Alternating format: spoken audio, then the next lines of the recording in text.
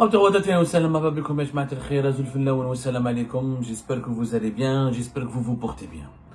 Nous avons beaucoup parlé de son attraque, de ses scandales de corruption, de mauvaise gestion, de ses détournements de fonds, quelquefois de ses favoritismes, copinage, les pratiques de pniamisme, les recrutements de complaisance basés sur le favoritisme et le copinage pour, comme les dirigeants de l'État algérien utilisent son attraque pour offrir à leur progéniture et les membres de leur famille des belles carrières avec des rémunérations insolentes alors que ces personnes-là, issues de leur entourage familial, n'ont aucune compétence particulière dans le domaine de l'énergie. Mais on a rarement parlé de la problématique des filiales de Sonatrach. Est-ce que vous savez, très peu d'Algériens et d'Algériens, nous en Algérie, on l'a dit à maintes reprises, mais les gens n'arrivent pas à comprendre que Sonatrach, c'est pas uniquement du pétrole et du gaz. Sonatrach, c'est 154 filiales. 154 filiales. C'est plus de 200 000 employés. Vous imaginez, c'est plus de 200 000 employés calculés, c'est-à-dire qu'il y a au moins plus de 500 000 employés, beaucoup ont des familles, etc. Il y a au moins 500 000 Algériennes et Algériens qui vivent directement des revenus de Sonatrach, qui sont payés, qui grâce à un travail à Sonatrach, arrivent à vivre et à survivre. 500 000 personnes, puisqu'il y a au moins plus de 200 000 employés dans 154 filiales. Certaines des filiales de Sonatrach, dont on parle très peu, Algérie on a parlé à maintes reprises, mais malheureusement on n'est pas suivi dans notre élan, dans notre dynamique par beaucoup de médias algériens. Il y a certaines filiales qui n'ont jamais apporté un bienfait à Sonatrach et qui sont tout le temps déficitaires. Et pour lesquelles Sonatrach dépense toujours de l'argent. Et c'est de l'argent que Sonatrach, elle perd, puisque ce sont des filiales qui ne sont pas rentables. Ce sont des filiales qui n'ont peut-être même pas, il n'y a même pas une nécessité de les avoir, de se les offrir. Un exemple dont nous allons parler, un exemple le plus probant. Tassili Airlines. Vous savez, Sonatrach possède une compagnie aérienne. Très peu, ça n'existe pratiquement pas d'équivalent dans le monde. Il y a des compagnies pétrolières qui sont dans l'énergie, qui possèdent des filiales, mais généralement les compagnies pétrolières ou les compagnies gazières restent dans leur domaine, le cœur de leur métier, le gaz, le pétrole, la pétrochimie.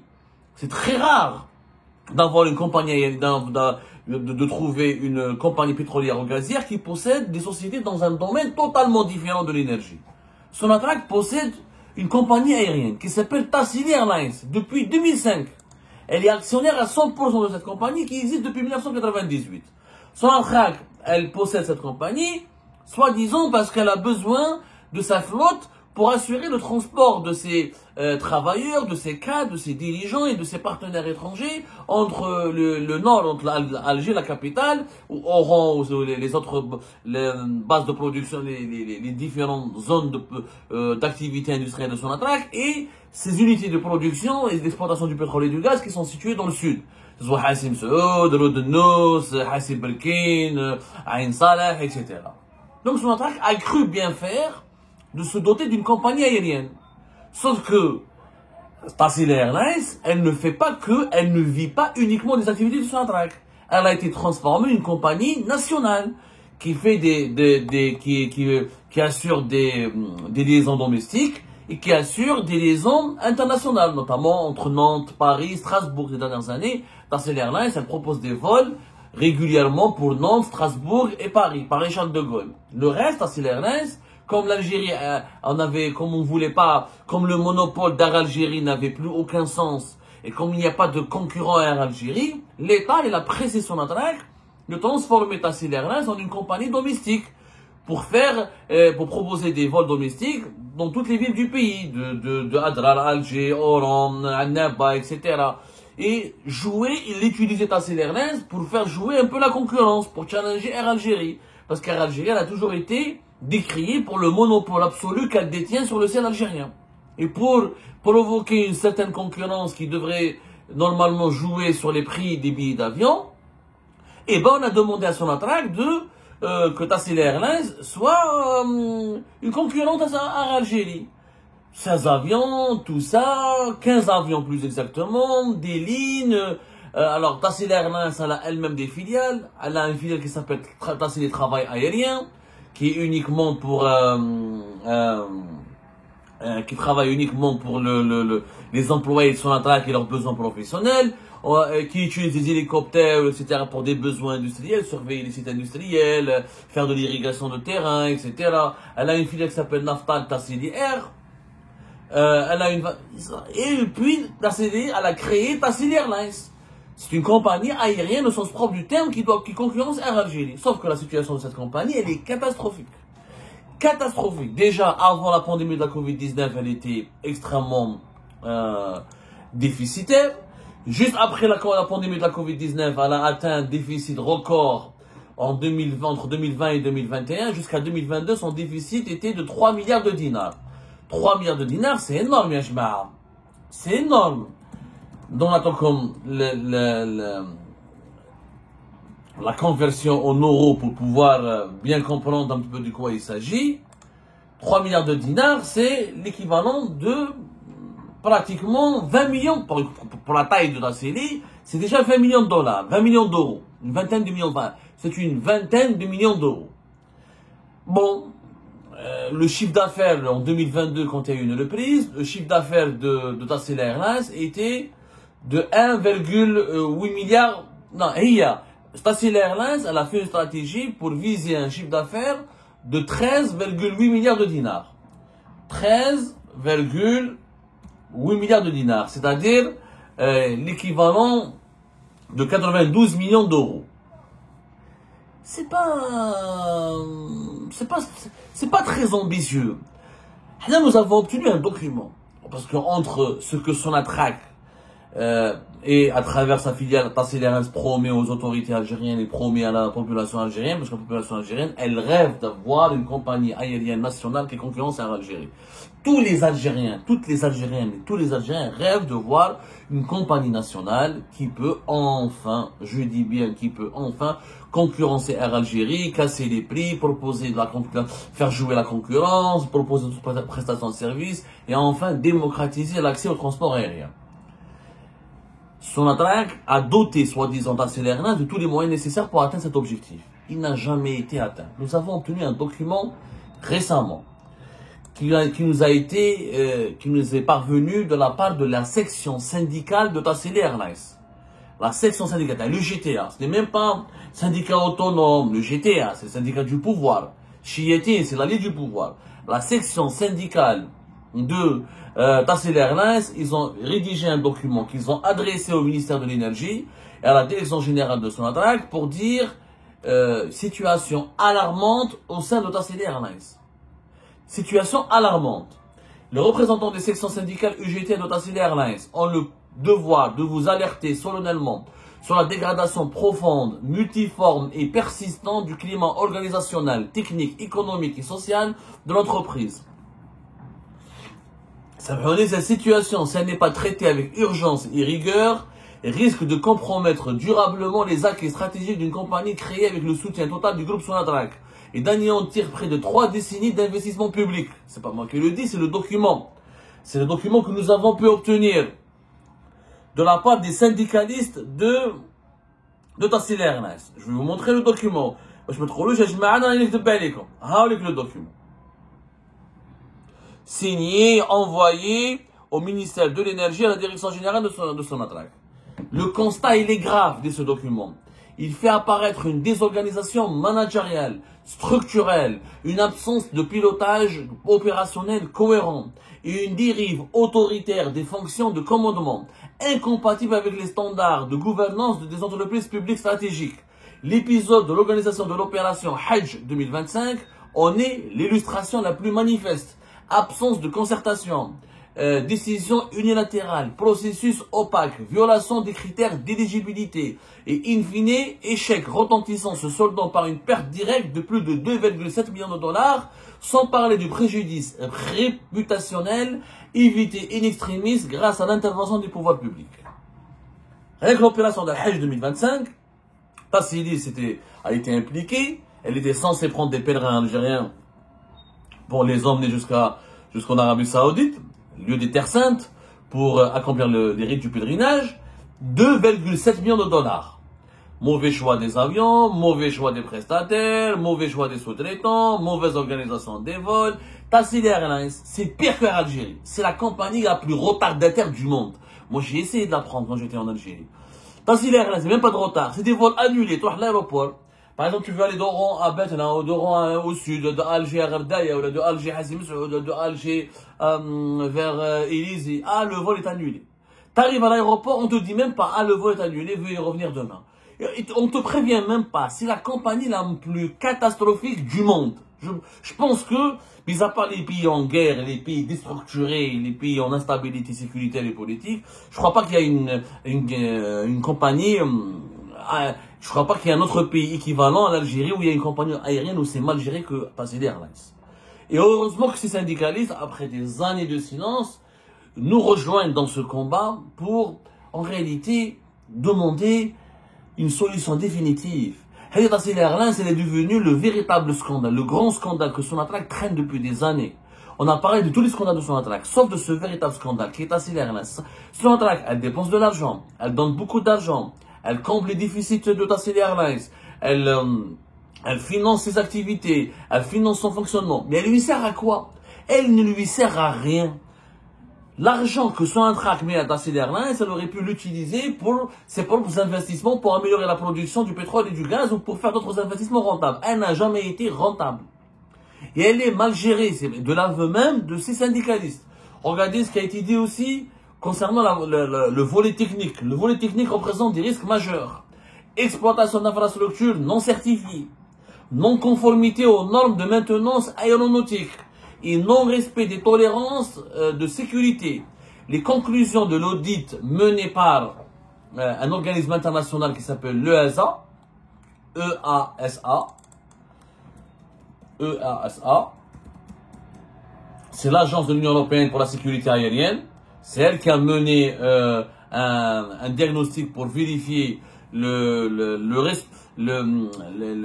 pour vérifier la conformité des vols et des appareils et de Tassili Airlines par rapport à certaines normes de sécurité mondiale et universelle. Les conclusions de l'audit de l'Agence européenne de la sécurité aérienne soulignent des défaillances sérieuses dans l'anticipation des risques et les mécanismes de contrôle de qualité. C'est grave, ça veut dire que les avions de Tassili Airlines peuvent crasher à n'importe quel moment. On peut avoir un crash, on peut avoir une catastrophe nationale, une catastrophe, parce que Tassili Airlines, des fois, elle fait des vols avec les territoires français, des fois avec des villes secondaires, mais généralement c'est Nantes, Strasbourg et Paris. Et pendant l'été, ils font des vols charters comme ça, par rapport pour relier la capitale Alger ou d'autres villes algériennes à des villes secondaires, comme Saint-Étienne, comme Malabel, Lyon, comme des villes secondaires qui abritent une communauté algérienne importante pour proposer une diversité des vols, pour dire que voilà, en Algérie, il n'y a pas qu'Air Algérie, elle existe. En réalité, cette compagnie, non seulement elle joue le rôle de figurant, mais elle est tellement mal gérée qu'elle pourrait provoquer demain après-demain une catastrophe majeure. En parallèle, la perte accélérée des compétences due à un climat interne dégradé engendre un effondrement de la cohésion, de la stabilité opérationnelle. Toujours, le document que nous vous avons montré, signé par la section syndicale de l'EGT de Tassili Airlines, qui tire la sonnette d'alarme. Sur le plan social, la situation est particulièrement alarmante, comme en témoignent les conclusions de la réunion syndicale extraordinaire tenue le 13 mai 2025. L'absence de revalorisation salariale depuis plus de 13 ans. Voilà, les syndicalistes demandent des augmentations de salaire, c'est leur rôle. Mais comment Tassili Airlines peut augmenter les salaires de ses employés alors qu'elle ne gagne pas d'argent, alors qu'elle n'est pas rentable, elle fait perdre de l'argent à Sonatrach, et qu'elle a une mauvaise réputation, et qu'elle n'a pas de clientèle, qu'elle n'existe que virtuellement. La détérioration des conditions de travail, tant dans les escales du Sud que dans les services administratifs du siège, bureaux vétustes, absence d'équipement, surcharge, une politique systématique de Hogra, traduite par des licenciements abusifs, des mutations punitives, des baisses injustifiées de salaire et des atteintes répétées à la dignité des travailleurs, le mépris institutionnel face aux réclamations légitimes des salariés, ignoré ou traité avec désinvolture, l'absence d'uniformes réglementaires pour les équipages.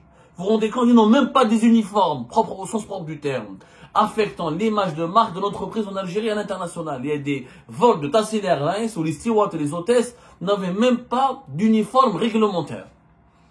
Il dit un salon de coiffure. C'est pas une compagnie aérienne, on dirait un salon de coiffure. C'est une catastrophe. Le manque de moyens pour les manutentionnaires et chauffeurs, travaillant dans des conditions souvent indignes. Ce climat social délétère, inédit par son intensité et sa durée, se manifeste par une prolifération des litiges, de procédures judiciaires, de mise à l'écart arbitraires et d'actes de répression ciblés. Ces dérives sont contraires au principe d'un état de droit, que nous nous engageons tous à faire respecter sous l'impulsion des réformes prônées par Abdelmajid Tebboune, le président de la République. Il est désormais impératif de restaurer la justice sociale, la transparence et la confiance au sein des entreprises, de cette entreprise stratégique qui représente un fleuron du groupe Sonatrach dans le secteur du transport aérien. Voilà, les syndicalistes exagèrent un peu, en fait, elle n'est même pas un fleuron, c'est une catastrophe. Vu ce que nous révèle la section syndicale de l'UGTA, encore une fois, ce ne sont pas des opposants, ce ne sont pas des activistes subversifs, ce ne sont pas des militants du Hirak ou des militants exilés, ce sont des syndicalistes qui reconnaissent enfin que leur propre compagnie a besoin en urgence d'un plan de redressement. Des pertes financières, des normes de sécurité aéronautique qui ne sont pas respectées, des rapports internationaux accablants, notamment de l'Agence de sécurité aérienne de l'Union européenne. Quoi encore? Un climat social catastrophique, des mauvaises conditions de travail, des uniformes, même des pilotes et des stewards et des hôtesses qui ne disposent même pas d'uniformes réglementaires propres et dignes de ce nom. Et dit la compagnie de mes femmes, c'est Tassila Airlines, pourquoi la garder? Pourquoi Sonatrach doit la garder? Moi, je ne comprends pas. Tous les PDG de Sonatrach n'ont jamais voulu résoudre ce problème. Sonatrach doit se détacher de Tassila Airlines. Il faut privatiser cette compagnie. Vendez-la à un groupe étranger. Vendez-la à un groupe international. Ramenez un groupe. Il y avait des Chinois, il y avait à un moment donné qui s'intéressaient. Ramenez des Chinois, ramenez des Européens. Il y a une tas de possibilités. On peut ramener des actionnaires d'un vrai groupe international. Sonatrach, même si elle doit garder 50%, mais qu'elle doit au moins vendre 50% de ses parts, et elle doit donner le management à un groupe étranger pour créer enfin une compagnie nationale digne de ce nom. Mais non, je ne mets pas des uniformes réglementaires. C'est une honte absolue, l'État Tassila Airlines. Des vols annulés comme ça sans aucune explication. Donnez-la à des étrangers. Donnez-la à des investisseurs étrangers. Bien. Ramenez un investisseur étranger. C'est la seule solution. On aura enfin une compagnie qui concurrence Air Algérie. Et Sonatrach, la division du transport de ses propres voyageurs, de ses propres employés, de ses propres travailleurs, elle va la gérer elle-même. Sonatrach, elle peut faire des contrats de location avec des entreprises, avec des transporteurs privés, etc. C'est pas un problème. Mais le volet transport aérien pour les vols domestiques et les vols internationaux de Tassila Airlines doit absolument être dissocié de Sonatrach. Sonatrach ne sait pas ce que c'est que la gestion d'une compagnie aérienne. C'est pas son domaine. Ce n'est pas son cœur d'activité, c'est pas sa spécialité. Elle ne pourra jamais redresser cette compagnie qui nous coûte beaucoup d'argent. C'est chaque année une dizaine de millions de dollars et d'euros qui sont dilapidés par une dizaine au bas mot. Au bas mot, quand on comptabilise depuis 2005 ce que Sonatrach a perdu sur Tassila Airlines, c'est des centaines de millions d'euros. Pour une compagnie qui ne s'est jamais imposée, qui n'a jamais brillé, qui n'a jamais été utile, ni pour l'Algérie, ni pour les voyageurs algériens, ni pour le secteur du trafic aérien. Elle n'a jamais été un fleuron. Pour dire les syndicats de l'UGTA, je vous dis, elle n'a jamais été un fleuron. Elle a toujours été catastrophique. Il faut absolument maintenant, elle a 15 avions, où on ramène des étrangers, ils vont renforcer sa flotte, ils vont trouver des solutions avec des partenariats, elle va élargir ses vols internationaux via le marché européen, via le marché maghrébin et africain, et on pourrait créer une véritable compagnie sérieuse, solide, qui va débuter. Il y a des groupes internationaux. Le marché du trafic aérien en Algérie, il est vierge. L'Algérie est un vaste pays. Elle peut on a des frontières avec des pays du Sahel, avec des pays du Maghreb. On est très proche des côtes de l'Union européenne. On peut être un carrefour incontournable pour le transport. L'Algérie, c'est un pays rêvé pour les transports, pour les grandes compagnies aériennes. On est à 1 heure de la France, le premier pays touristique du monde. On est à une demi-heure des côtes espagnoles, deuxième pays touristique du monde. On est à 1 heure, 2 heures de l'Italie. On va dire 1 heure et demie, 2 heures de l'Italie, troisième parmi les 5 ou parmi les 10 pays les plus touristiques du monde. En plus, on a le Maroc à côté, on a la Libye, on a les Mali, le Niger et l'Afrique de l'Ouest pas loin. On est au centre de la Méditerranée et de l'Afrique. C'est-à-dire qu'une compagnie internationale pourrait se développer et prospérer facilement en Algérie. Il faut juste qu'il y ait des bailleurs, des investisseurs, on les laisse travailler. On les emmerde pas, on leur facilite la vie, on leur donne des avantages fiscaux et parafiscaux, des encouragements, et on les laisse travailler. Au bout de 4-5 ans, vous allez voir qu'on peut avoir Tassila Airlines entre les mains d'un véritable groupe international, pourrait devenir plus rayonnante que Air Algérie. Mais je ne comprends pas la logique de Sonatrach qui veut absolument garder cette compagnie où elle perd de l'argent. Elle perd que de l'argent. Elle ne gagne rien du tout. Quelques années, il y a des années où elle perd moins que d'autres, par rapport à d'autres années. Mais elle est toujours perdante. Elle ne lui sert à rien. Elle ne lui sert à rien. Moi, j'appelle à ce que la direction générale de Sonatrach se réveille, et à ce que le ministère des Transports intervienne aussi, à ce que le Premier ministère, la présidence intervienne aussi dans ce dossier de la CIDR Airlines. Il faut absolument arrêter ce gâchis et transformer la CIDR Airlines en un exemple de réussite, en l'offrant, en négociant avec un investisseur international qui pourrait la reprendre, au moins partiellement à 50%, pour ensuite la relancer, la faire prospérer et la développer comme ses potentialités le promettent. Mais ce scandale de Tassil Airlines a trop duré. Pour moi, c'est le scandale Sonatrach le plus insupportable et le plus injuste.